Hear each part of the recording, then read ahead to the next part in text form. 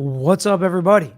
We have yet another juror interview in the Chad Daybell case. You guys specifically requested this one, probably because we listened to a 3-minute clip that was clipped out kind of as a preview to this interview in yesterday's video, and it packed a punch, to say the least.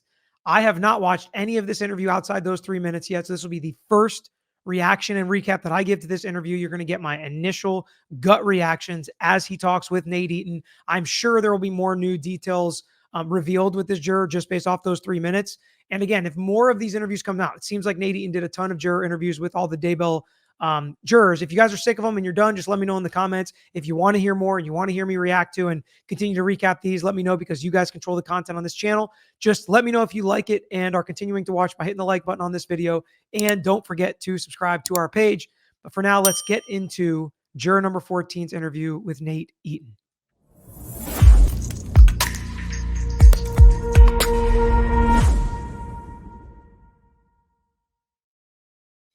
So we have a similar setup here. Depending on if they move the camera around or not, if they don't, I'll make my square smaller. But for now, I'll leave it here so we can watch this interview and get the reactions together. You're Blake and you're juror number 14. What did you know about the case before you got called in for jury duty? Nate, almost nothing. So maybe 3 years prior, walking through my front room and my kids have the TV on, the news is on, and I just see two faces, female and a male, and they say something about kids that were involved, and I just stopped and looked at it, and I kept walking, and that was it. That truly was it. I'm not a true crime guy. I don't follow that kind of stuff, and so I really didn't know. I had no idea what we were getting ourselves into, right? I didn't know. Yeah. So you go in and you have the original group voir dire and then one-on-one. And did you want to be on the jury? Did you care? Did you have any opinions either way? So Nate, I'll never forget this. When we walked in and there was 50 of us, and this was probably the second or the third time I'd been in court for the selection process. And I saw him sitting at the table. I got stiff and I went, okay, this is it. This is it. Like, even though I really didn't know much of anything about this case, when I saw his face, I went, okay, this is going to be the big one. You ready for this? And then the thoughts start. What if you do? What if you don't? Who knows how long this is going to go? But I safely assumed it's probably going to be a big deal. So based on seeing his face, we didn't know much about the case, but based on seeing his face, he knew that this was a big deal. And this was the one that he had seen on the news in the past. That's interesting to me. And this is kind of a good example of a juror that obviously knows something about the case. He knows the case exists. He knows it's a big deal. He knows it's important, but he doesn't know the details. He didn't follow it. He wasn't reading about it. He was just living his everyday life. I did, Nate. I did. So about 10, 12 years ago, I was on a grand jury. We met every Tuesday, and I was on Team A for 6 months. And so some days you'd see 2 cases. Some days you'd be there till 6 or 7. You'd see 5 or 6 cases. So this guy has experience. He's been on a grand jury before, a little bit different. We don't need to go into all the differences right now, but a little bit different. But this is somebody the rest of the room could look at to see if they're doing their job right, especially during deliberations. He's got experience. He's done it before. I don't know if other jurors maybe have experience as well, but that's a big deal. And that's also usually something prosecutors like, because jurors that have been on grand juries before or juries that have reached verdicts before are usually ones you know can get it done. And if you're confident in your case, that's exactly what you want. And they only deal with those 3 really nasty types of felonies. So saw a lot of things, heard a lot of things, horrific things there, which kind of prepared me for this.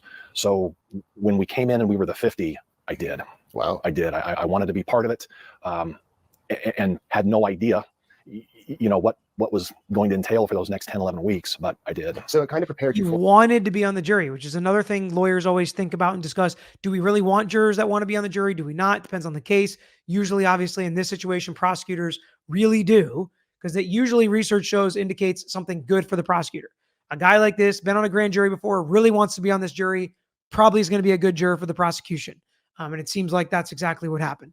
I will tell you, I would think most defense attorneys would not like that background for the juror coming in, because they would see that or think that this guy's hungry. He wants to come in here. He wants to do justice, and justice is usually a conviction. And again, we're talking kind of broad stroke stereotyping people, but a lot of times defense lawyers will think that when they see jurors like this with this background and this buildup, really wanting to be on this jury and be part of this case and part of the justice against Chad Daybell is usually how defense lawyers will read into it. But was it what you thought it'd be or worse? Nothing like I thought it would be. So good and bad. We were dealing with the worst of humanity. The things that we saw and heard were absolutely horrific. However, we were surrounded by the best marshals you could ever imagine. Phenomenal prosecution team, phenomenal law enforcement team that sat there and supported the prosecution, supported the witnesses. And this group of original 18 that I was with, they're like family. And then 3-4 weeks into it, one of our compatriots got a stomach flu and he had to be excused. And then it was us 17. So through the midst of these evil and horrific things that we were seeing and hearing, there was a lot of good too, a lot of good that I'm only now able to process. You didn't really see it then. You saw bits and pieces of it, but now that I've had time to unpack some of this stuff, there was a lot of good there. Right, and I imagine you'll be unpacking a lot for I think a so. long time. I think so. How would you do? How would you function at the end of the day? Did you try to do work? Did you try to read? I mean, I'm sure you live about 30 minutes, 40 minutes from the courthouse. That drive home, are you just thinking about everything from that day? I was. So my wife and I joked initially, and I just said, look, sweetheart, we're going to have to kind of have a different evening schedule. So she'd get home either before me, about the same time, and she would usually just text, hey, how was the day? And it would either be a thumbs up or it'd be a sad face. And so she kind of knew how the evening was going to be. And Nate, it was mainly when I came home, I just needed about an hour and a half to think this stuff through. And then I was usually pretty good. I come outside and work, go in the garage and work, maybe run down to the gym, work out for a bit. Hockey playoffs were on. So there was something that I could occupy my mind with. But early on, before it really started getting heavy, luckily my wife and I kind of put a little plan together on how we were going to, say, deal with this, but just how to respond when I came home. It's really important. I think that's great to hear. And it kind of brings me back to the Take Care of Maya trial where husbands and wives still live together. How do you deal with that? How do you make sure you set up boundaries and don't talk to each other? And obviously it's possible because we're getting another example of somebody who's married, lives with his wife, who maybe was paying attention to the trial, maybe not to the level of the Take Care of Maya juror, but they're able to do it. They're able to set things up and put things in place to make sure that it's healthy and appropriate and they're following the rules. That's smart. That's smart because it's her idea. So, well, yeah, I can't take credit for it because she was more of the one going, look, you can't talk about this stuff. You'd be driving home for 30, 35 minutes and you're just rewinding these things that you saw and heard. And we can't talk about it as a jury pool either.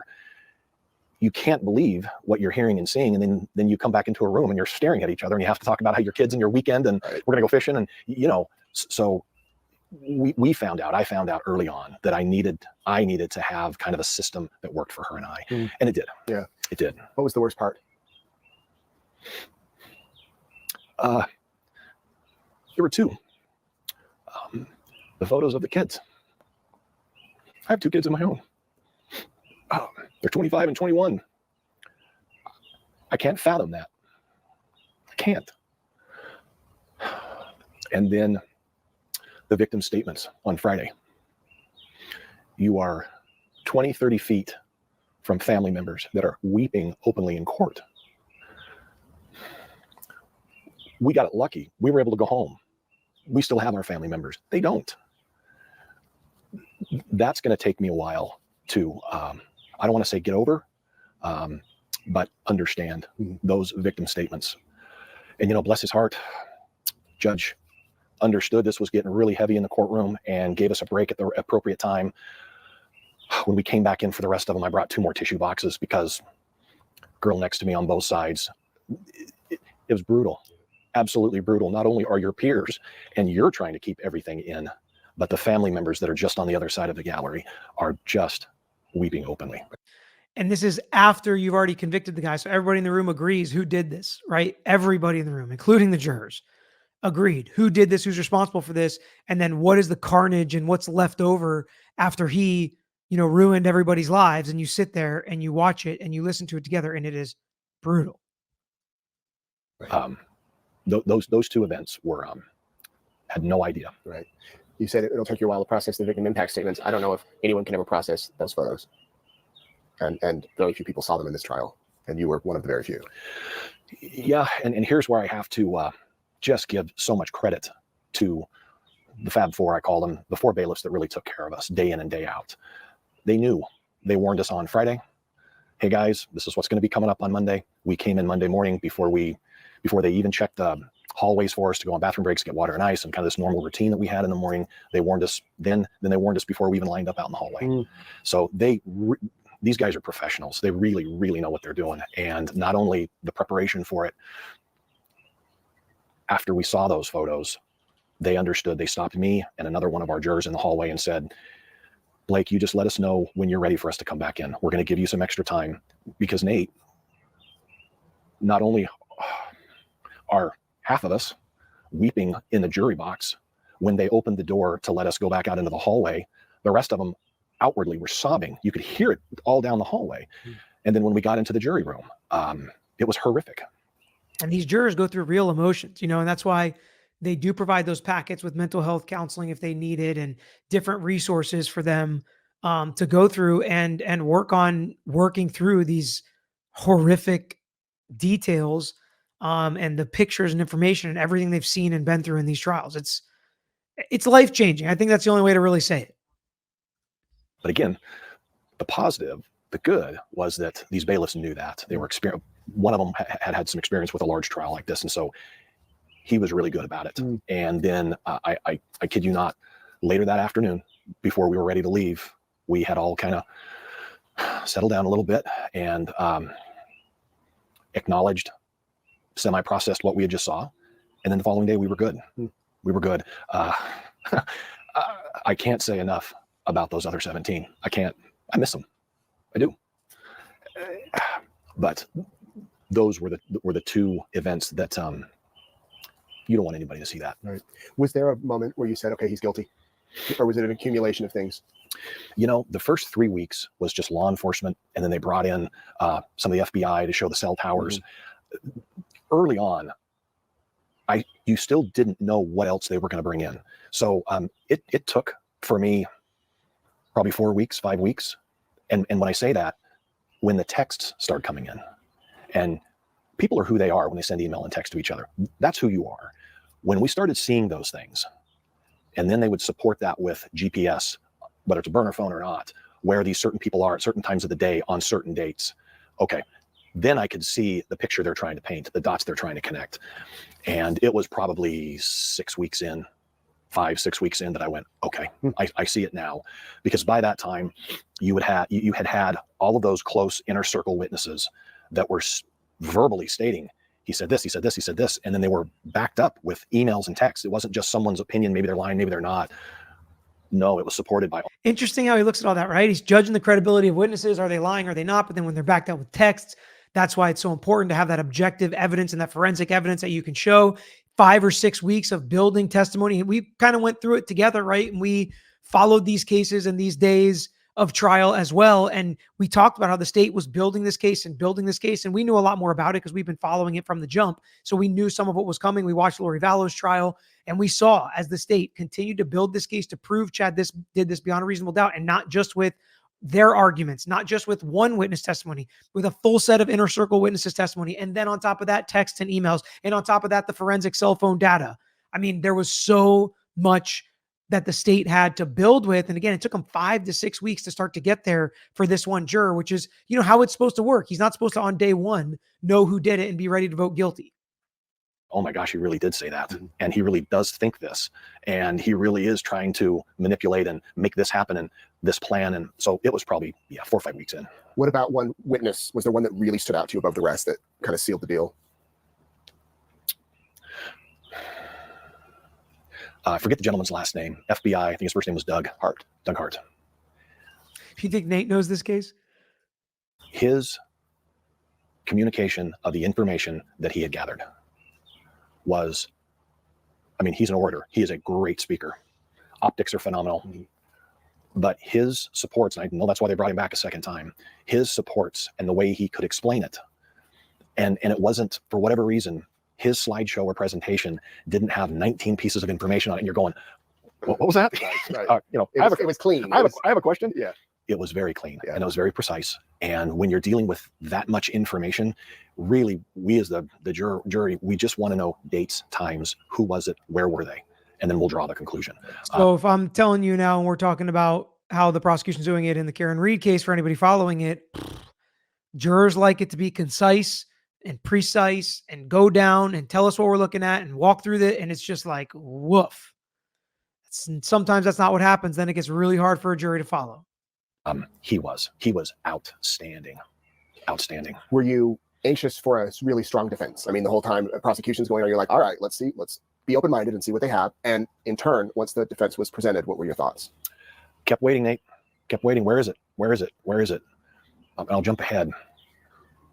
One of the phrases that we had to agree to. So this was the 3-minute clip we already reacted to. So I'm not going to dive into it a ton since I did it on the prior video, but we will, continue to listen to it in the rest of the interview as well. In the death sentencing portion was mitigating circumstances. And we went around the room and we talked it and we fleshed it out. And I said, okay, got a column. It's a Chad column. Are there any pluses in there? And we went around the room. No. Defense did not ever paint a picture of any good, positive, moral behavior that went on from October of 18 through June of 2020. None at all. And I was frustrated because there was, well, we're going to focus on the paintball gun and we're going to focus on this and that had nothing to do with the facts and the evidence. So it was unfortunate. Defense lawyers throwing stuff up against the wall works. Sometimes the jurors can tell and they can smell it and see exactly what they're trying to do. And then it really falls flat. I just kept waiting for some other piece of information that would maybe at least cause you pause and make you think maybe a little differently. All right. Okay. Maybe he was bamboozled. Maybe he was taken advantage of. Maybe he had they never showed that ever. And so, yes, I was waiting. And then Nate, they argued it, but he doesn't feel like they ever showed it. Be completely honest, after a while, you're just irritated. You're just annoyed because that's the other piece of it. So much of what they should be doing is optics. Don't lean into the microphone and yell in it into where it's buzzing in the speakers when you're trying to make a point. That's annoying. That's really annoying. Just make your point. Be professional. Be somewhat caring and try to connect with your jury. I felt like there was anger and there was arrogance. And then there'd be times where he would look at certain jury members. They didn't like that, man. That made them very uncomfortable. And then he'd pop his head back and look at the gallery and swing his head around. One juror in particular, I noticed he looked at a lot. She didn't like that. And we noticed that. And during our 12 deliberation, she brought that up and we brought it up too. And so, yeah, we were hoping and it just became annoying after a while. And then there was such a stark contrast during his closing because he would talk quietly and kind of walk around and maybe make a little eye contact with you. But again, there was no substance in there to at least make us think, okay, maybe the guy this, maybe that. There was none. Mm-hmm. There's none at all. What did you think of Chad's kids testifying and their testimony? Sad, especially with Garth. Very sad. You could tell that kid did not want to be there. He did not want to see the inside of a courtroom. And he was trying his best to just get the words out. And the first 3 minutes, he messed up the truck in the car, and Pryor had to ask him 3 or 4 times to kind of straighten it out and confirm. And then he finally got it straight. And clearly he thinks it was put together testimony, not just necessarily honest, which is, I think, probably something that was shared with a lot of you guys as well. Emma was very scripted. Robotic. I felt sorry for them. I really did. As a dad, you don't want to do that to your kids. You don't want to brainwash your kids. I did. I really, really did. Now, I listened to what they had to say. Don't know if I believed it, but very unfortunate. This jury is they really seem to be a gracious bunch, for a jury that convicted a guy and sentenced him to death. Because even the kids that said something completely contrary to what they found to be the truth, they don't hammer them for it. They don't say they got up there and lied, how despicable of them. They felt bad for them. They saw the hurt and the pain and the misery in these people's eyes and sound and their voice and in their lives and how they were brainwashed and how hard this is. And again, if they found the truth to be Chad, the ultimate manipulator And he did this to Lori and he did this to all these other people. He did it to his kids too. And that basically confirmed and lined up with what they felt was the truth coming out in this trial. And I really respect and appreciate the way they talk about the kids, how it's not nasty or belittling or condemning or throw them in prison too. So I really did appreciate the way that, they've explained it, even when they obviously disagree with the testimony. It saddened my heart. So you mentioned when you went back to deliberate, you had the positive things about Chad Column and there wasn't anything there. And some of the other jurors have said that the guilt, not guilty really wasn't an issue.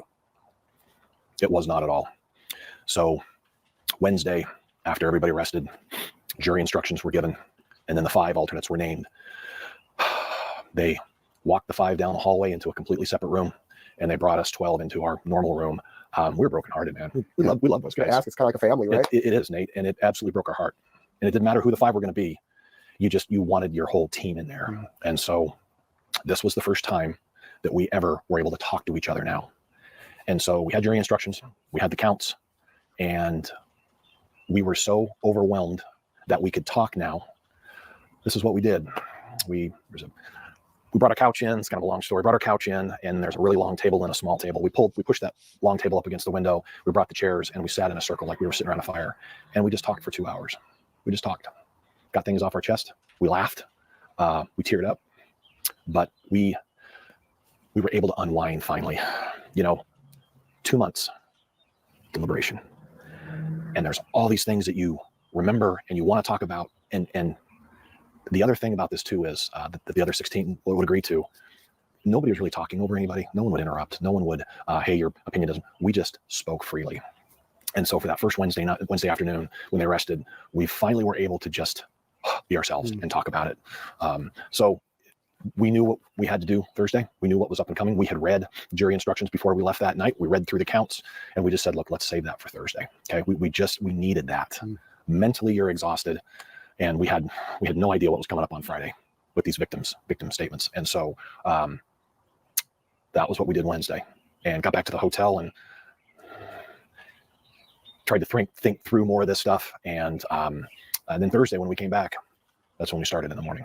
Okay, so you say you get back to the hotel, but you're sequestered. Yeah. And you can't do really anything. You can do a few things. Tell me about that experience. Sure. So the first night, not only do you have 2 of the main 4 bailiffs, you've got other sheriffs of Boise PD there that are up on our hallway. And again, 5 are down the hallway, nowhere near the 12. They are completely on a different leg hallway of the hotel, same floor. And then the other 12 were down here. And so they were trying to get our phone calls. 10, 15 minutes, you have to use their phone. You have to crack your door, speaking on speaker with them this close, right? And we joked with them. The bailiffs joked with us. It was a good time. And so then maybe they could get you down to the gym. There was a pool, maybe get some pool time. And so the first night was really hit and miss, because it was the first night for the law enforcement and for the bailiffs to kind of run this through and see how it was going to go. So the next night on Thursday, bless their hearts, man. When we were done on Thursday, they were able to take us out to a park, have dinner there, just get out and walk. Again, can't talk about it, can't discuss it. And this time they allowed the 5 and the 12 to be together. But again, your bailiffs are with you everywhere you go. And so we're able to have a bite to eat, get outside, take a walk, came back to the hotel. Thursday night, I was exhausted. I could barely even stand anymore. That was verdict day. It was. And so we were just exhausted. I think a bunch of them. It's crazy to think, right? Like how exhausting this is for all of them. And it's like, they're just sitting in a chair, right? Listening to people talk, then making a decision. Big deal. How hard could that be? But it is so draining.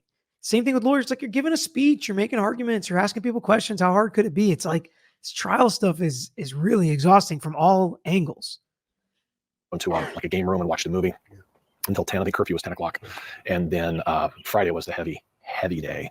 And when we were done with that, came back to the hotel, I think finished the rest of the movie, and they allowed us to come on back down and finish that out. And so, it's you're stuck in your room, and you better have some movies or some books to read. And but they would let us come out and say hi to so and so and pop your head out, and it wasn't as bad, I think, as maybe what most thought, or maybe what people hear. But it was just those 3 nights. So you talked about the heavy day being the victim impact statement day, and then you all have to go back into that room and decide. And was the mood still heavy when you walked back there? Yeah. Luckily, Judge Boyce split those up. We came in, kind of gathered ourselves, and I think lunch was ready. So we had lunch, and again, filling your stomach tends to help, right? And so we went back in after that, and I think maybe we heard 3 or 4 more, and then there were more jury instructions, and then the death sentencing counts, and then we came back in. And so Friday we hammered it out. I think we got back into our room 3:30, maybe even as late as 4. I remember it was later in the day. And so, Nate, we went through jury instructions, and with the death sentencing part, there's 2 parts to it. There's part 1 and there's part 2. And so we read through those, read the definitions, went around the table. And that was part of the time when I went, okay, mitigating factors, here it is in part B, part 2. And we tried to just find some nugget or element that was brought up that could show this guy in a favorable light. And there was just nothing there. So even after he really didn't make an argument, they still tried to find something to see if there was a mitigating factor they could come up with. Is there something that puts him in a good light? And they still couldn't. So like giving him the benefit of the doubt, even when he didn't really ask for it, and they still voted unanimously for the death penalty. During that time, Friday night, we had a question about one of the instructions. So our foreperson, what a sweetheart, absolute sweetheart. She would have a form, fill it out, give it to one of the marshals. They take it to the judge. Judge brings it back, and just to confirm the question that we had about this portion of the Part B. And he confirmed, yes, this is what it means. So because the language there was a little like double negative. Double negatives, a little man. Confusing. Even when the verdict was being read, people were like, what? And then he finally said, okay, in layman's terms. Right. And we were like, yeah, whew. as with the rest, what there wasn't like, I want to be sure I got this right. I mean, I was afraid to report anything until he said right. that. Right. And that is what we were asking. Right. Because could you imagine us all standing in there when he reads it and it doesn't mean what we think it means? Oh man, you have to pause. Oh man. So we Friday night we made sure that's what it was. And Nate, we had decided Part A and Part B Friday night, but because of the heaviness and the seriousness of that, we said, let's sleep on it. And one of the jurors next to me, absolute sweetheart, she just said, look, I can't go back in there tonight. And I said, I don't blame you. I don't think I can either. So she said, can we just please sleep on it, make sure we're all in agreement when we come back in the morning? And that's what we did. I think we left there 7:30. It's also important because we don't get a ton of juror interviews who voted for the death penalty, right? It's pretty rare to have this happen. So realize that's what's happening when you're watching these, and the heaviness of literally sentencing someone to death. Some people feel like, you're the one killing them, as some of the accusations hurled and against the death penalty. And I get people that are against death penalty. I get it. And I'm open to conversations about that. Whether or not it's even appropriate in our society, if it's a good deterrent, if it really works, does it stop people from doing things like this? But none of that is their concern at this point, right? They're not the legislature. They're not writing the law. They're not writing the rules. They took an oath to follow the law. And the law says, if you answer yes to these questions, then you have to vote for the death penalty.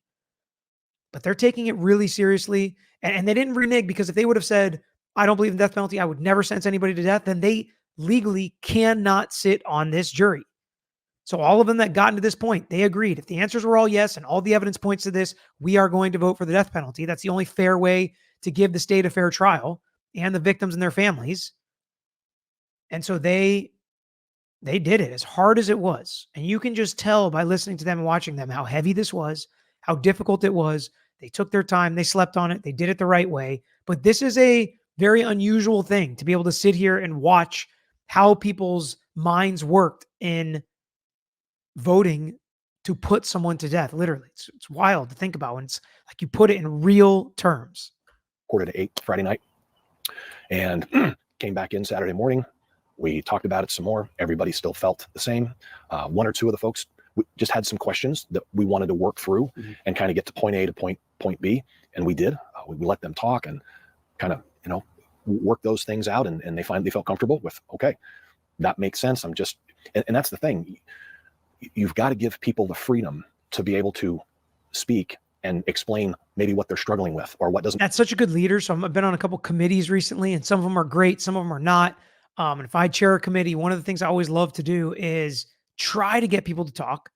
Just kind of like this, right? It's just kind of like this. Try to get people to disagree sometimes, because once one person disagrees and they realize the rest of the group doesn't hammer them for it, or just ruin them or burn them to the ground for it or whatever, then other people feel more comfortable disagreeing and discussing it appropriately and respectfully. And when you're in a group, that's the best way to come to the right decision. And some of the things I felt so many times, and even if I'm wrong or the first way I look at it is not the right way, it's like, I'm thankful because I didn't look at it the way you did who has this issue, or I didn't look at it the way that you did that asked this question, or you're looking at it this way. Let me explain the way I'm looking at it.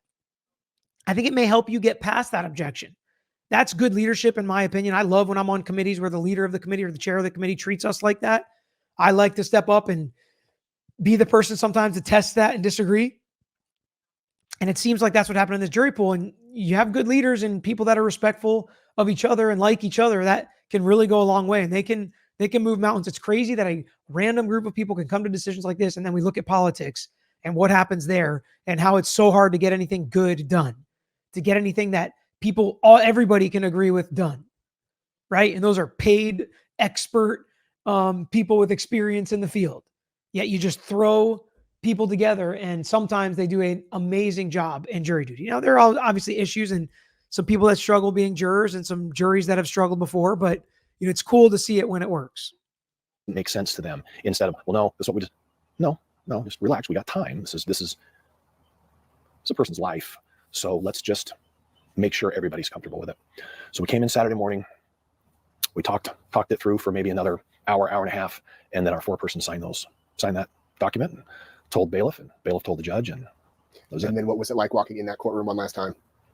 So walking in on Thursday, when we had the first verdict, I could hear my blood pulsing in my ears. My heart was coming out of my chest, because not only was the gallery full and they're all looking at us, I was anticipating how people were going to respond when they heard the verdict. And that's emotional. So that Thursday and that Saturday was unreal. We were even more nervous Saturday, because now you're sentencing someone to death. Right. And you got to be okay with that. You have to be okay with that. And we were.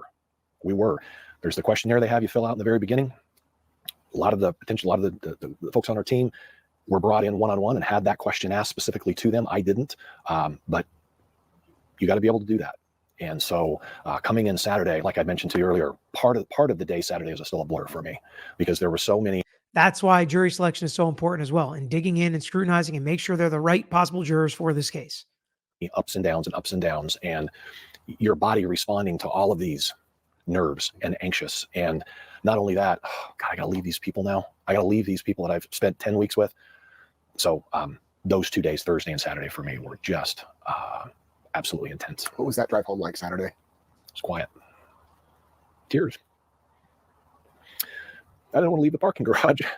There were 5 or 6 of us that left their cars in the garage. Some had family pick them up there at the hotel, and 1 or 2 took an Uber. I don't want to leave. I don't want to leave them. We were shaking hands and we were hugging, and I was talking to one of the bailiffs that I became very close with. It's a quiet ride home. Very quiet ride home. And you truly can't process all of that. And it'll probably take another 2 or 3 months before it finally sets in. Right. Truly what was done in such a really short amount of time. From Wednesday night, all we were really doing was just unloading and venting, and finally it was really Thursday through Saturday that the deliberation and the negotiation and the serious talks and listening, and so it was just those 2.5, 3 days. Right. What would you say is the biggest thing you learned or came to appreciate? The goodness in people. It's interesting, right? So it's kind of like, what did they come to realize through this process, through this trial, with this jury, with this defendant, with this case? The evil that's out there with Chad Daybell and Lori Vallow, and then juxtaposition with seeing the good in people. When you work with them as jurors, when they come together to do their duty and they have no dog in the fight, it's kind of a cool thing to see it on both sides, how this guy and these jurors as a whole kind of saw this process and what they learned from the world being on a jury. You learn a lot, right? Whether you want to or not. Yeah, I from everyone, to the jury commissioner, to his staff, and I just can't say enough about those 4 marshals that we got the bust chops with, and they'd make fun of us, and we turn around and make fun of them, and we could laugh and joke and horse around, but on a dime, they could stop and do what they needed to do on the comms, and we're clearing the hallway, and we're doing this and we're doing that. And like I mentioned before, prosecution team, all those law enforcement agencies, from the feds, Arizona, Utah. Yeah. Dealing with and watching and seeing the worst of our humanity, but then being surrounded by all of these solid, good, honest people. Sorry if it sounds like I'm repeating certain things he's saying. I have not watched this yet, so I didn't know that he was going to go into kind of the same thought. But that's cool. That's really cool that he, puts all this together. Including my 17 peers. There's got to be a system when they pick these jurors, because Nate, they couldn't have done a better job. And I don't mean that we're so bright and arrogance and we know everything. And no, we got along so well. We were truly concerned about the people we were sitting next to. We enjoyed being with each other. Maybe some awkward moments, and there were sad moments, but it was filled with joy and laughter and just good old-fashioned humor and fun. I emailed Courtney, the judge's attorney. Attorney, and I just emailed Miss Blake today, and I told them both the same thing, that you folks have restored my faith in humanity. Because truly, what a compliment that is, right? Especially for a judge and a lawyer. A lot of people, that doesn't restore people's faith in humanity, but that's awesome. After weeks and weeks and weeks, you don't know what's coming next week or the next day. And then you think you've heard and saw the worst of it. And then, oh my gosh, here comes another day. I just cannot believe what I just saw and heard. You kind of start wondering a little bit. Right. But the people that were around us were solid, honest, really good people. And so I was able to take away, there's still some really good ones out there. For sure. Would you want to talk to Chad Daybell? I wouldn't. You would? I wouldn't. And what would you say? Why? Why'd you do that to those kids? Why'd you do that to Tammy? Why were you involved with Charles? They're children. Why would you do that? The level of deceit that he was under, and probably still is under, is unfathomable. I would. Absolutely, I would. I'm not going to get a straight answer. Yeah, I was going to say, what do you think you get an answer? No, because he's still in his state of delusion. Do you believe he believes it? Do you believe he believes the religious stuff? Some of it. Others, it's just to get what he wants. It's just pure manipulation. I had one of our discussions after we could discuss this was, why do you think his two oldest kids behave the way they do? He puts fear in them. It's fear. It's intimidation. I didn't see a lot of love and compassion and mercy and grace from those kids. It was just, yeah, I would. Would you serve on another jury? In a heartbeat. I would do this all over again. It was an honor and a privilege to be on that jury. No doubt. Anything you want to add? How cool is that? That like multiple people on this jury are really beefing it up as if it's not just something that's like, worth doing, but it's kind of great to feel part of the process, to do your duty, to make hard decisions that have to be made. Because if we don't have people that are willing to make these decisions, then justice can't be served and our system doesn't work. So the encouragement they're giving to other people, to all of you watching that could be potential jurors in the jurisdiction in which you live, I think that's awesome. I just want to thank the prosecution and law enforcement for all of the hours and days and years they put in to bring this case to trial, for all the overtime, for all the sleepless nights, for all of the tears, for all of the emotional ups and downs. I want to thank them, because I think for some or most, does seem like a guy that loves law enforcement, which is fine, but the way his favorite witness, the people he thinks restored good in the life, people he's thankful for, he keeps giving them shout outs. Probably not a juror most defense attorneys would love to get on a jury if they had these conversations with him before trial. Not to say he was biased or anything like that, but I'm just gut reaction listening to him. I appreciate him. I think he seems like an awesome guy.